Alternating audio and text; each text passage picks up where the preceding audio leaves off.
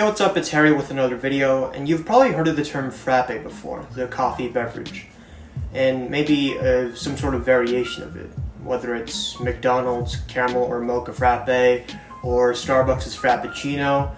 Because both of these beverages are more like milkshakes than coffee, really frappe has been synonymous with this sugary, sweet, milkshakey coffee, if you know what I mean. But the real drink frappe has a very different history to it. An old one, because it was invented in Greece in 1957. But before we get into it, if you're new to this channel, welcome. My name is Harry Shin. I'm a barista and coffeeholic, and I try to upload weekly. I recently hit 100 subscribers, and though it's nothing much, thank you to those who have subscribed, and for those that aren't, it takes less than a second and it makes a massive difference for me, so please do subscribe to my channel for more coffee videos. Now, let's get into the video.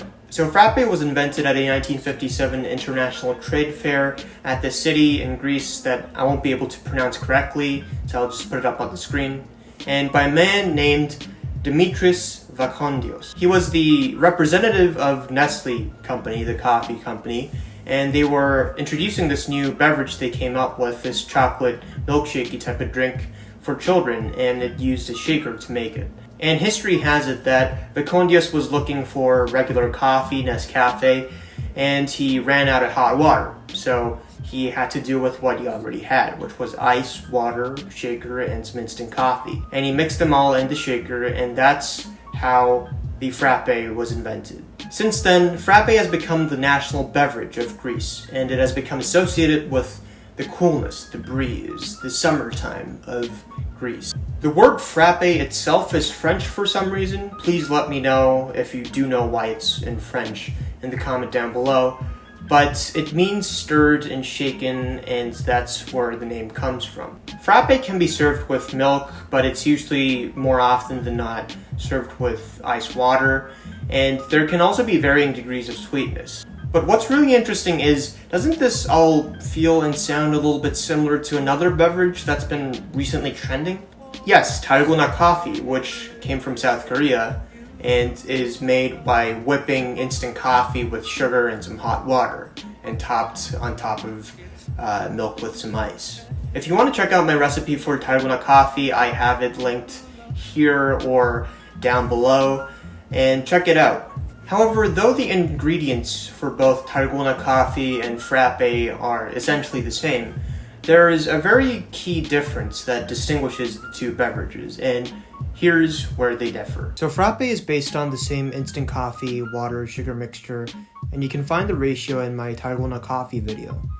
But where frappe differs is that it is more coffee than milk. Instead of this amount of milk, frappe uses water, and maybe a little bit of milk, but frappe is much more coffee oriented.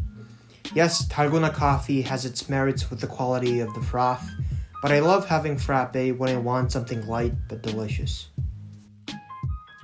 But here come the Italians with their espresso. With the crazy popularity of espresso, we can swap the instant coffee with espresso, and this beverage is also known as espresso freddo. And there's also a version of it using milk, which is called Freddo cappuccino. And here's my recipe for making espresso freddo and Freddo cappuccino that benefits from varying the extraction time when we're extracting the coffee. So both espresso freddo and Freddo cappuccino traditionally use double shots of espresso, and the coffee is mixed with ice cubes or milk in a special way. But here's the kick for my recipe. I prefer cutting the extraction time short and having a ristretto instead of an espresso. Whereas espresso is usually a 1:2 ratio, that between coffee grounds and the extracted coffee, ristretto is a bit cut back, a 1:1.5 to 1.75-ish ratio. When espresso is cut short like this into a ristretto, there is a noticeable lack in the chocolatey, earthy, savory flavor in the extracted coffee. Instead, the floral acidic notes are accentuated. And I like using ristretto for both espresso freddo and Freddo cappuccino. Yes, I know I'm still calling it espresso freddo because that's the traditional name. The milk in the latter lessens this effect. And the reason I prefer the ristretto is quite simple. It's because I like getting my sweet, chocolatey notes from the brown sugar that is used in these beverages. Otherwise, it's just overkill. When I use an espresso for my espresso Freddo, for example, I lose all the floral acidic notes of coffee that are much desired. A ristretto gives me the perfect balance between acidity and sweetness.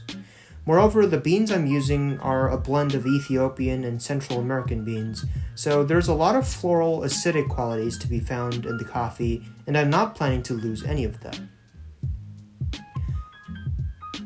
So for the actual measures, I use 18 grams of coffee, extract about 30 to 32 grams in anywhere between 20 to 30 seconds, which varies depending on numerous factors like temperature or humidity. After extraction, I put about 3 ice cubes into the mixer, add the sugar and ristretto, and mix away. I mix until all the ice cubes have melted.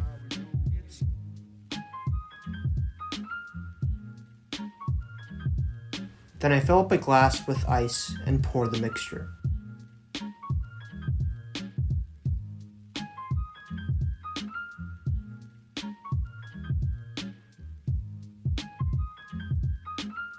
For the Freddo cappuccino, it's very similar to my iced macchiato recipe, which you can check on the top right corner or in the description below. Though it may seem like semantics at this point, the end products taste very different. It is crucial that you use whole milk because only whole milk produces a silky texture when mixed. This time we only mix the milk with some sugar. We do not add the ristretto to the mixer. Fill your glass with ice, pour the ristretto, and top it with the silky milk. Honestly, I really do think a shaker or a drink mixer is really needed to perfect this beverage because you can see how my mixer doesn't produce enough of that silky texture. But overall, it tastes awesome and looks amazing, so I'll call that a win. Try these beverages yourself and let me know what you think about my ristretto tip. Delicious.